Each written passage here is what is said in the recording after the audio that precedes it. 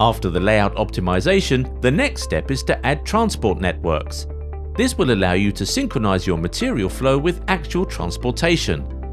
The first step is to plan physical space for the transportation path. Go to Catalog Block Layout, add the area to the layout, and adjust the properties accordingly with the name, type of layer, and size of your transportation mean needs.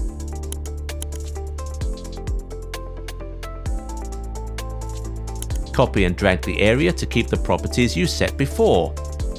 The next step is to add the transport networks. Add a transportation route using drag and drop from the task area Networks. The paths of the material flow will automatically update. While using this function, you can deactivate the material flows to get a better overview. Using the plus button, you can expand the transportation network. After that, you can re-add the material flow and see how it has changed. In our example, the transportation is starting and finishing with the mesh boxes, so this will need to be adjusted. Select the area and drag the appearing points where the transportation begins or ends.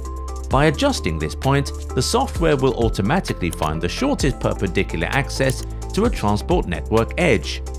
The example here is very small. Real layouts are of course larger as shown here.